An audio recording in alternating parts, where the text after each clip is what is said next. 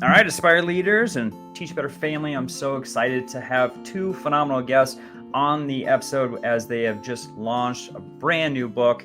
And so excited that this information is out for our aspiring and current leaders. And we are really going to use that book as our baseline for our conversation today because, I mean, if you've seen or heard Eric Sheninger before, you know he's been on the podcast. I have seen this man live in person more than I realized. I actually thought about this, Eric, and I checked you out actually at TCEA. I don't remember, but you were on stage in the hall of all places, and there was a sea of people watching you. And I was like, who on earth is this guy? So I checked you out just as far as your session. I was blown away. I've had the opportunity to see you also as you've come and share at multiple districts that I've worked in Texas. And it's never a disappointment. You always are phenomenal. So glad that you're on the show once again. And then Nicki Slaugh, thank you so much for being on the Aspire to Lead podcast also. And I'm super excited to meet you and learn about your background. So with that, will you both just individually, of course, share about what's going on in your world? Eric, I know in our last episode, you talked about, your background, how you got into leadership, but I'd love for an update first on what's going on in your world. Yeah, my world's all about luck. Right place, right time. About a year ago, I started my own consultancy and finally got over the fear. Mm-hmm. And now it's just awesome being able to provide personalized support, meaning where is a school, where's a district, and where they want to grow. So it's been awesome. And my journey as of late is, 2 years ago, I started coaching here at Nicki's school.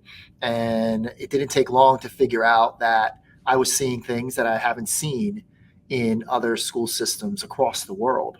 And I then said, just like people paid it forward to me to get started writing, I said, Nicki, I want to write this book. Are you game? And she said, yes. So, but now it's just awesome. It's just awesome being able to, provide that support and to learn from other educators. But I will share one of my most memorable experiences, Josh, was in your former district in Frisco. Yeah. Because as a lifelong Cowboys fan, Dallas Cowboys fan, everybody, I got to speak at the Star to 8,000 plus. And that is something that I will never, ever forget. So and connecting with you before your keynote was phenomenal. See you in person, and then man, you killed it. Just the scene alone was phenomenal. But you came up and were extremely inspirational for us to kick off the school year. So I think I had everyone at Dallas Cowboy. I think no matter what I said after that, when I showed my Cowboy socks and ties. Yes. They were good. And they were super fans. I was a cheerleader when I was 5 years old. She's a Cowboys fan too. I have always been a Cowboys fan, not because of Eric, because of my dad. But funny that we had that connection. And when I was 5, that's what I was for Halloween. So my goodness, I showed you that picture. Yes. All right, Nicki, it's your turn. I am so excited to meet you. So thank you so much for being on the podcast. I've heard wonderful things, and Eric has been just raving about you as an individual and as a leader. So would you just share a little bit about your background and how you got into leadership? I'm just a lover of learning, basically. I'm always wanting to learn new things, and I love taking risk, and I love to try new things, and I love to shake things up. But basically, I've been in education 23 years. I started off being a kindergarten, first, second, third grade teacher. I really enjoy and love teaching babies to read. My big emphasis back then was differentiation. I knew 20 years ago when I taught first grade that I needed to differentiate, because as the students were entering my classroom, I had those students that were already reading chapter books. And then I had those kids that had not had the opportunity to learn what the letters and sounds were.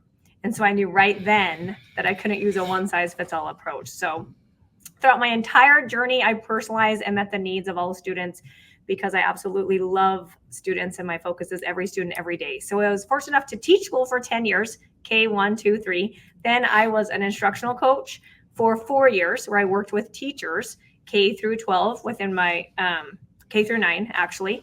And then this will be my 8th year as a junior high principal.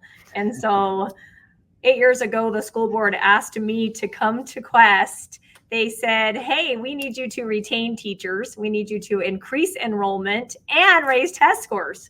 And to be honest, I was like, I just love to do cartwheels in class and teach babies to read. I'm not sure I know how to do this in a junior high setting, but all in all, I just took some strategies that I used in an elementary setting, in a secondary setting, and I just took time to form relationships with all the students and create a culture of learning where teachers, students, staff, all of us, admin, we're one team, and we all focus on learning and loving every student. And so I absolutely love my job. And I was fortunate enough to meet Eric a couple years ago, and he said I could talk the talk and he wanted to see if I could walk the walk. So then I was like, game on, come see.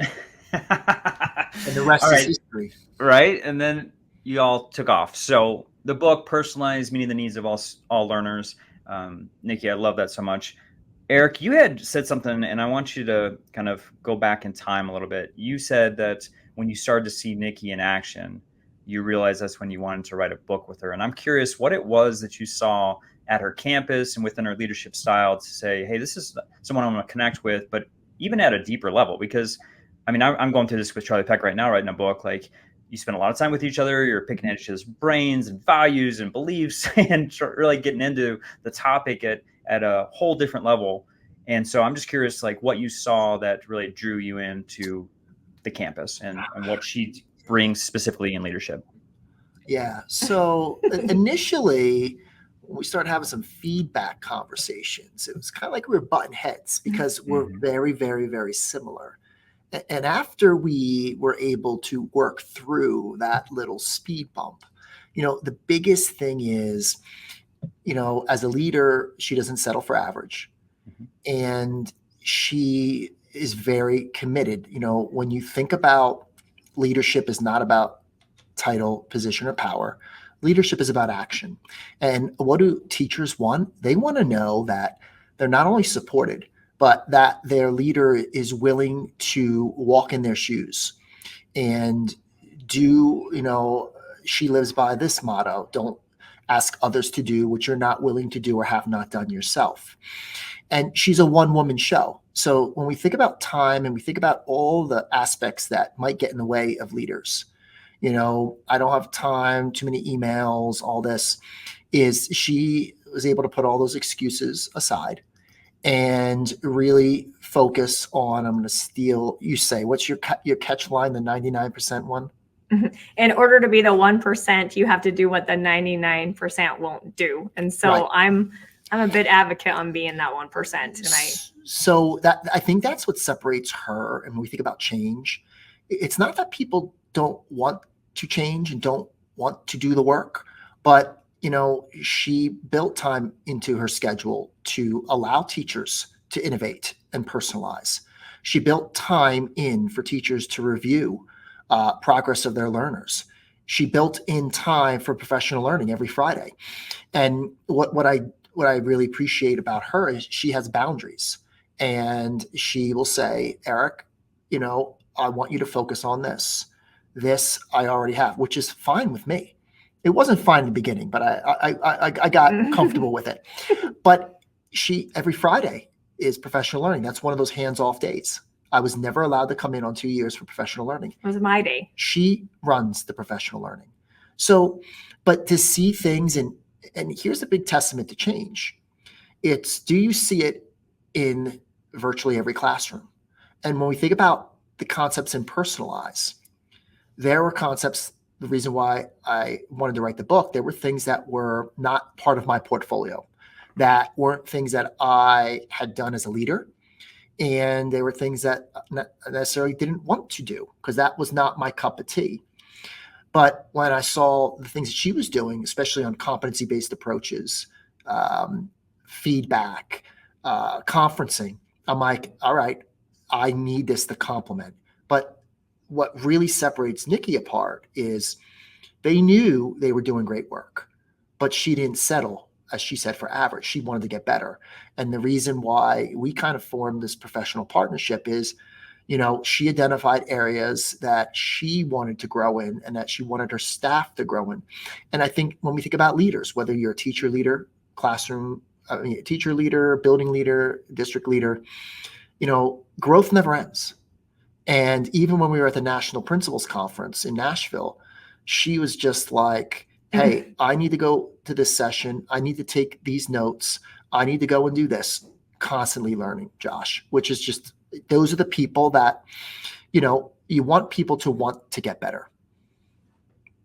Oh, I love it so much. All right, Nicki, I'm going to ask you a question about behind the curtain. So Eric comes to you and says, hey, I want to write a book with you. What is going through your head? Well, you better be honest. I know. Well, we have a great partnership. And one thing, when I decided to work with Eric or hire him, I realized that we had the same philosophies. And I had been searching for years to see if there was anyone that could help take us to the next level. And I just couldn't find that right person. And so I had the opportunity, like you, to hear him speak once. And there were so many things that I was just like a cheerleader in the background, like, I agree, And so first off, I realized he's something that someone I would like to work with and get to know. Don't tiptoe the question. He asked you what you would that. But throughout the process, we are so much alike. We did have some times where we would do this. So at first, I'm like, is this a dream? Pinch me now. I tell him every day, pinch me now. Still to this day, even being on your podcast, I say, pinch me now. So Eric has helped open doors and helped a little principal out in West Haven, Utah, in the country, or like out in the middle of nowhere. He's helped people see what we're doing at Quest and to see what our students are doing, as well as my amazing teachers. So I'm very fortunate to have him. So first off, I was like, is this real? And it was actually a year ago that we met to actually go through, exactly a year ago this week, we met and kind of came up with a table of contents. So we started talking, and I'm like, that day I was like, I think this is going to be easy. Remember, we came up with all the chapters so fast and we were like, this is going to be great, right? Yeah. So I was just full of excitement. Nothing about writing is easy, Josh. So at this point, I was like, game on, this is fun. But throughout the process, I'll be honest, it was hard. I didn't realize I was writing in one perspective, or I was writing to a specific audience, and I'd feel so excited about this piece I wrote. And then all of a sudden he's like, rewrite it this way, or you take this angle, or that's a little bit too risky. And I was like, ooh. So it was really hard, but he pushed me out of my comfort zone, and I learned from him every day. And I'm so fortunate and so grateful. And not a day goes by that I'm not happy that we did it. But I don't know. At first, I was just super excited. Like, is this real? And that's the main tenet of the book, as Nicki speaks, is pushing people outside their comfort zones. Comfort, is the enemy of progress and can result in stagnation. And personalization, it's not that it's new. It might just be a different approach to, that's the way we've always done it. But the underlying strategies are not new.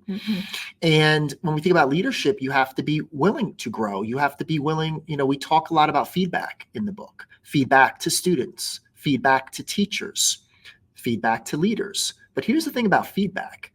Everyone says they want feedback, but are those people actually open to feedback? From a classroom perspective, is the feedback aligned to, is it quality feedback? Is it aligned to standards? Is it aligned to where the students are in their trajectory for learning? For teachers and administrators, is it practical, timely, specific?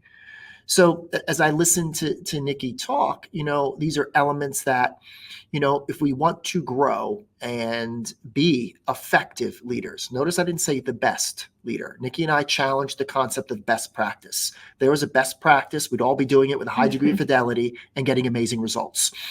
There are effective practices. And with personalization, and personalize, as we define it as all students getting what they need, when and where they need it to learn, we want teacher leaders, building leaders, district leaders to understand that there is no one right way when it comes to learning. But in order to learn, you have to be open to feedback. You have to be able to admit and fail at times. You need to collaborate, even with people that you might not want to collaborate with. You have to be reflective. You have to engage in professional learning. That's going to matter. But all those elements are so critical to create that environment where all learners can thrive. Oh, so powerful. All right. So I'm just going to throw this out, and you go where you want, as my dog is barking at the door. We have a guest on. Yes. So and my podcast listeners know I have 6 kids. We just got a puppy. So now 2 dogs. It's mayhem in the Stanford house. Why? Another puppy, my goodness. But we don't need to go there. I know, just because I am insane. That's really what it comes down to. Anyways, got off track. I want to talk about the book, Personalize, Meeting the Needs of All Learners. Love the title so much and everything that you're saying so far. So maybe Nicki, you can take this on.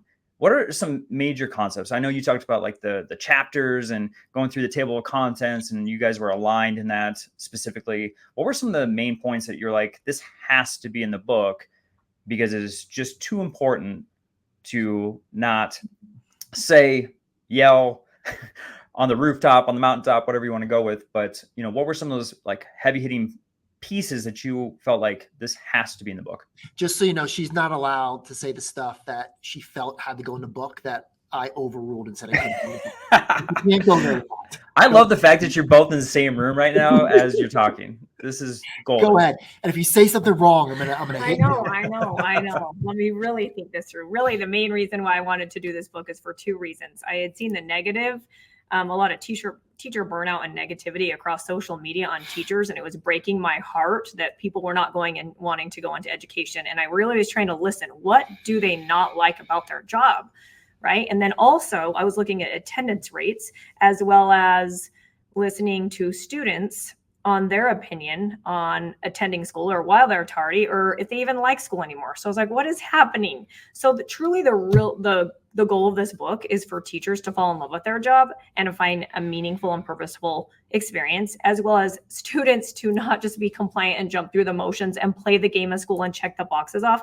I want students to be engaged and actually love learning and identify how they learn best.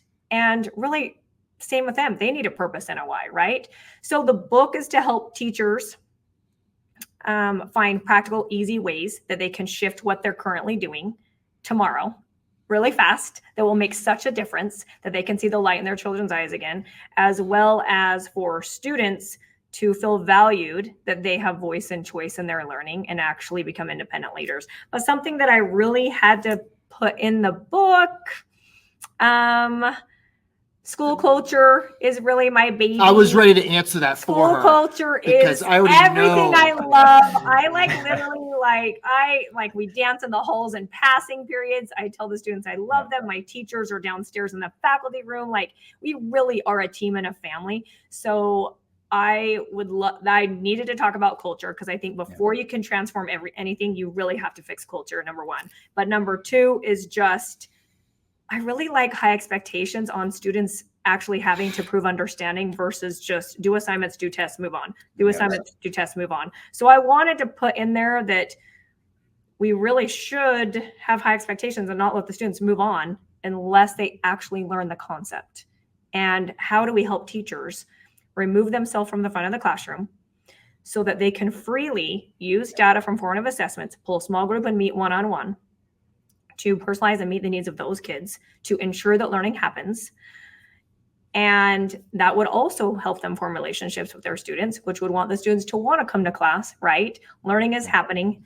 Set aside time in class to have that feedback, right? I really wanted to help them. What does 18 out of 25 really mean?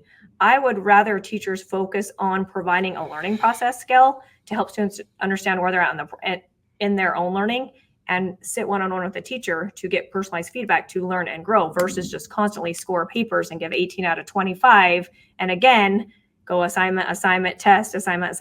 So just really having teachers kind of question their practice and what we've done for 200 years and really think about, if you teach the average, you produce average, as well as do any of us learn the same way? To really question that and really question the attentiveness of our current students. Gone are the days of lecturing and talking at students for a full class period. I can't even sit like that anymore. You know what I mean? So just providing teachers tools and quick ways to do a 10-minute mini lesson and then provide lots of voice and choice and have everybody actively engage and work with the kids. And that was a really long answer. And he's going to say I rambled too long. Yes. Why don't you summarize that? That'll be my feedback later.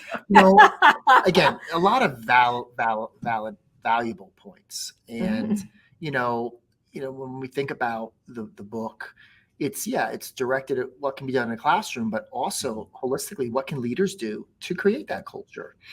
And, as we went through, we had that consensus on what are those main elements. Culture is important: classroom culture, building culture, community culture.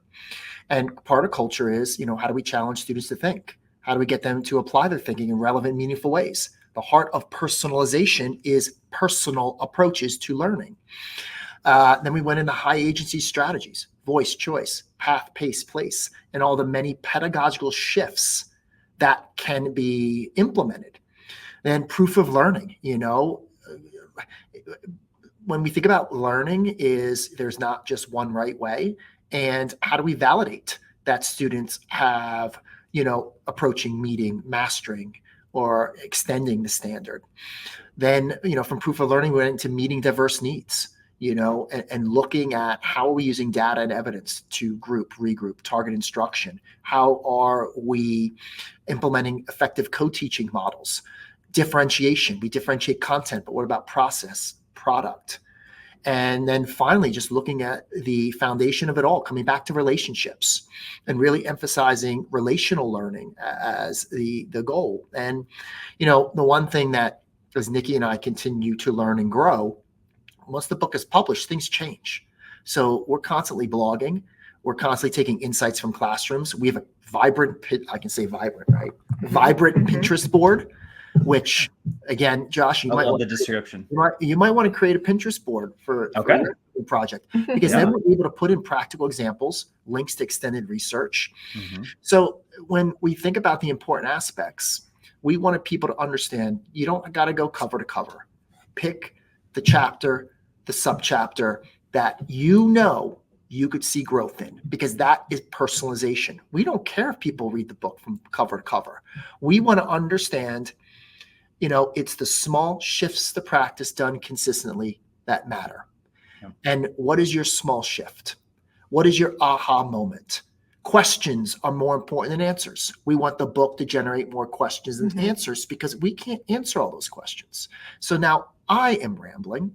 So I am going to stop. But I want to say, no, I had something. No. Just a minute. Next question, Josh. Next question. I think Josh, what I want to say is, so there's 5 different ways to personalize, right? Path, pace, place, choice, voice. So just within my school, the cool thing is we do cover all of them, but not like he's saying, but not every single teacher. My math department, as I sat down and I gave my teachers voice when we were starting to make the transformation, how do you see personalization in math at Quest? Well, at Quest, we chose to do self-pacing and math because we felt a lot of students had prior knowledge on math concepts and they could possibly do 2 years of math in 1 year. Right? Why would we hold them back and make everyone sit down and do the same thing if they already had prior knowledge on it? But if we go to, say, science or history, they felt like they would rather take the deeper learning approach, and they didn't want them to do 2 years of science or 2 years of history. And I listened to my teachers and I heard their why. And so they took more of their approach where they are providing numerous options for choice in how to learn.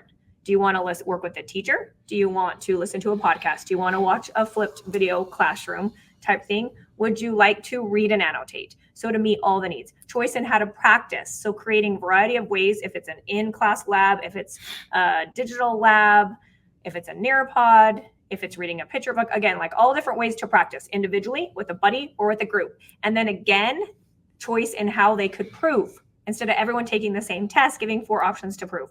So what I just wanted to say is that's why the book is so cool. There's so many different things, but you can take what you want to do, because even within my school, I did not make everyone do the same thing. I let my teachers choose. How are you going to personalize your classroom?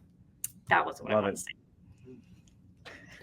Eric, I'm starting to see what you saw, man. Nicki's on fire. It's awesome. Fantastic. No, it's tough. The one thing that stands out is about her passion. And, I think that is so important is, we wrote the book to reignite that passion. And we think about just leadership and change, passion is what drives us. So I'm going to let you get to your next question. Because then Nicki no, you actually segue right into it. You've been talking about change, right? And growth. And I want to know, with this initiative of personalizing in the classroom and what Nicki was talking about as far as changing the culture, which is so important, which she had mentioned was the first step in this. So as a leader, right, we've got our aspiring and our current leaders that are listening. Change, as we all know, is so difficult sometimes on a campus. So what were some main points or some successes that you've seen? I know you've probably got this in the book also, but just like in regards to leadership and change, what is your advice in regards to that? First off, I want to respectfully push back on something you said. Please. You referenced personalization as an initiative. People hate initiatives. We want to see personalization as seamless, as a natural component of what we do. When it comes to change, the only group at scale that likes change are wet babies. That's about it. And, change is a process, not an event. And when we look at change, it always begins with a question such as, how can we grow? How can we improve? Then where do we want to go? How will we get there? What will tell us if we're successful? And analyzing those elements, and it really becomes a cyclical process. Change is not going to happen overnight. That's why people need to be patient with change. Mm-hmm. But you also have to have benchmarks, success indicators, goals that you are going to measure against. And that's the one thing that when I visited Nicki's school or other schools, they get a report from me before I even leave, 2,000 to 4,000 words. And that is not do all of this. It is, here's what we agreed on. Here's what we saw. Here's the evidence to validate. Now, pick 2 or 3 things. And what are you going to focus on that's going to have the most value to your culture? And teachers say this to us all the time. Nobody wants more work and nobody wants another thing. Going back to the first question you asked me, if Nicki's teachers thought it was more work or just another thing, they can go work somewhere else. She has really high expectations for them. And maybe she'll tell you her nickname that the teachers have, but I don't know. Come on, you know that. But it's a term of endearment for me because she has high expectations. So when you think about change, going back to not only high expectations, but the work of John Hattie, how important clarity is in the classroom. People need clarity. They want to know, why should we do this? How do we do it successfully? What will it look like? And I will stop after this. The questions I always ask leaders: why do you do things the way you do them? How might you do it better? And what tells you if you are successful? So, and with change, there's no secret sauce. Well, okay. So taking a little bit different angle, but I agree 100% of all different. That. Come on, because that was you were good. Taking it from like a coaching angle coming in. I'm going to compliment what Eric said. There we go. Act better. I'm complimenting it so that is why you need a consultant. He took that route. I'll talk about like me as a leader within my school. And so obviously retention of teachers means the teachers need to love their job and understand their purpose. That was something that I was asked. Improving test scores meant I really needed to figure out what's going on. And so really what I noticed is everyone was on the honor roll, but our test scores were below the state average. So I was like, it's the great, I knew this is that touchy subject, but I'm like, something's wrong with this grading system here because there are no retention of like no one's retaining what they were taught in the classroom. So that was kind of my focus, is like, what do I need to do? And so when I started doing my drop-ins in a secondary setting, that's when I realized that traditionally secondary teachers are in front of the room speaking at the students, and the students are in the rows taking the notes, right? And that's when I thought, I wonder if I could do what I did in first grade and 8th grade. How can we figure that out? So I started really sitting down, doing that professional learning every Friday with my teachers. I would meet whole group as well as with grade level, as well subject matter. So 3 different types of PLCs, to be honest. And we really were trying to figure out how we can take a differentiated approach with those students. And the very first thing we had to do is, I didn't know what 18 out of 25 really meant on an assignment in a secondary setting. How do you tell where the students are at in the learning process with that score? And then I was asking my teachers, how much time does it take in a secondary setting? Because again, I only had 25, 30 kids in a class in elementary. Okay, now we got 200 to 300 students. You're taking all those assignments home and grading. And do you see the problem here? So that's where I really thought, okay, we need to create proficiency skills. I call them rubrics, but they're not the traditional rubric. Create a proficiency scale. We're going to identify the power standards, change them to I can statements. And then we're going to set expectations that every student will master that standard. We'll show proficiency, prove understanding. But in order to get them to mastery, we're going to look at that verb. And then we really took a lot of time to decide what is emerging, developing, mastering, extending. Once we created these proficiency skills for every standard that they had chosen as their power standards. And again, I didn't create them. I didn't buy them. The teachers created them based off their professional knowledge. I always treat my teachers as professionals. So we sat down, we created these proficiency skills. Now that I'm tying into what you said, he was saying you need to have teacher clarity when you're working with schools. So do we as teachers. We need to have clarity and be clear and transparent to all of our students all the time, so that they have a roadmap to understand what the goal is versus just checking off the boxes to get through the class. So the proficiency skills, once we created them, then we created what we call prove-its, which are tests. I just wanted to call them prove-its instead of tests, because a lot of students were saying they have test anxiety. So I'm like, well, we're just going to prove understanding, right? We're going to practice and prove. So once we created assessments, summative assessments and formative assessments or exit tickets based off the proficiency skill, everything just fell into place because everyone knew the purpose and the meaning. There was no question. Teachers, students, parents were all aligned. So I'm going to summarize what she just said about leadership. Leadership isn't telling people what to do. It's taking them where they need to be successful. She also talked about multifaceted aspects of effective leadership: vision, consensus, accountability, support through professional learning, communication, transparency, delegation. She did not say this, but she really effectively delegates. Even though she is a one leader show, she's the only leader by title. She delegates responsibilities to teacher leaders. That's another incredible aspect of how you build capacity. So as we think about leadership, building capacity, she kind of mentioned all the outcomes of what she did.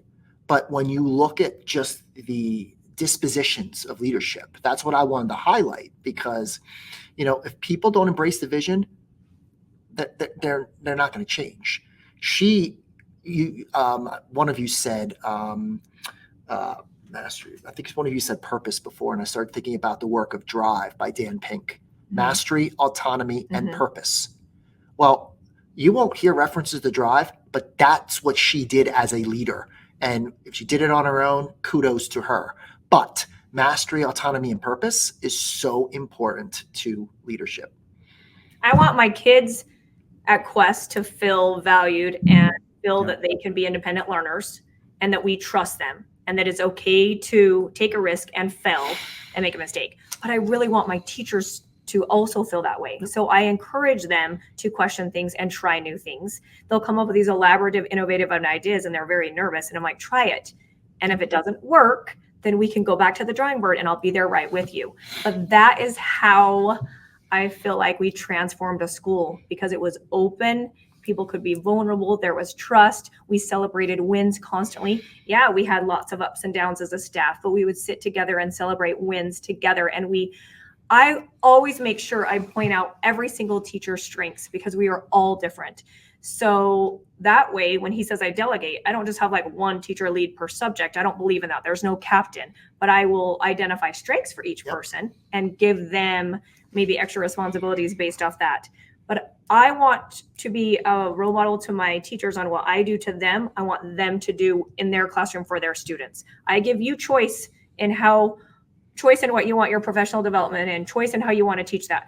Okay, well, I want students to have choice in how they learn, how they practice, and how they prove. And I think the real sign of evidence and of success is going back to what I said to Nicki. Yeah, this sounds great, but can you walk the walk? Right. And everything that she's talking about, I can find the evidence. And that's why we wrote the book, because there was so much evidence to validate the practice. And that's what teachers want. That's what leaders want. They want to know, how is this actually going to improve? And that's one thing is, you can go in and ask any kid, show me the rubric. You can go in and see teachers pulling small groups. So it's just a lot of qualities of effective leadership. I should have warned my listeners to have like a piece of paper and a pencil to take notes, because the amount of wisdom and insight that you are providing is unreal. I'm going to actually have to re-listen to everything you've been talking about today, because it's phenomenal. So I appreciate you both. And all jokes aside, we can do the banter, but the one thing is we complement one another. Mm-hmm. Yeah. She's doing the work. She's got that lens. I have the lens of a facilitator of the work with different contexts. So, and we want people to know there's no one right way. Well, that's why I needed him, because I had been around to Utah schools and I knew what I was doing, but I was like, I really, in order for me to grow, I'm always wanting my teachers to grow. Yep. So I kept thinking like, okay, well, who's challenging me really? You know what I mean? And so sure. I couldn't find that right person. And then when I met him and he said that, I was like, I think this is the one. I need to bring someone that's been around the world, not just Utah, to provide me feedback. What she meant to say was, when we met, the seas parted and we just the clouds parted, the sun shone upon you. It was a glorious day. I've seen that. Yeah. I usually have that same feeling when I'm in the presence of Eric too. So stop. See, now you two cannot start feeding off one another. All right, y'all. I am just enthralled by this book. You need to check it out. You can head over to joshtamber.com or go into the show notes. You'll see the link there for Personalize, meeting the needs of all learners through Connected Ed Publishing, which I'm a huge fan of that publishing company, and Jimmy Costas, as Eric knows.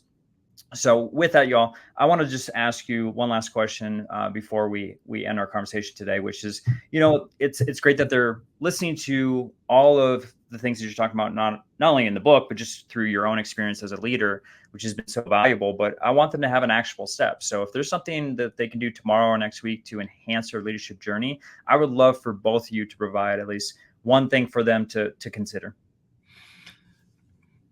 I don't know. I need help. Everybody. Yeah. That's why I met Nicki. That's how I've grown. So here's the secret that's not so secret. We all know what we do well, but we also have a good idea of what we could do better. So my thing would be, question your practice and always ask the question, how can we grow? How can we improve? And then personalization is your journey, your path. So I'm not going to sit here, nor is Nicki, and say, you must do A, B, C, D. When books say that, I'm sorry, that's not how learning works. So question your practice, be comfortable not knowing, and then determine the steps to grow your practice. I think it's really important as a leader to find something you value. I already said this, but I think the first step would be find something you value in every single staff member on your team. And then I ask my teachers to do the same thing. Years ago, I'd provide them with a clipboard and their class role. Find something you value about every single child. Once everyone's complimenting each other and finding each other's strengths, everything's more positive and there's less complaining.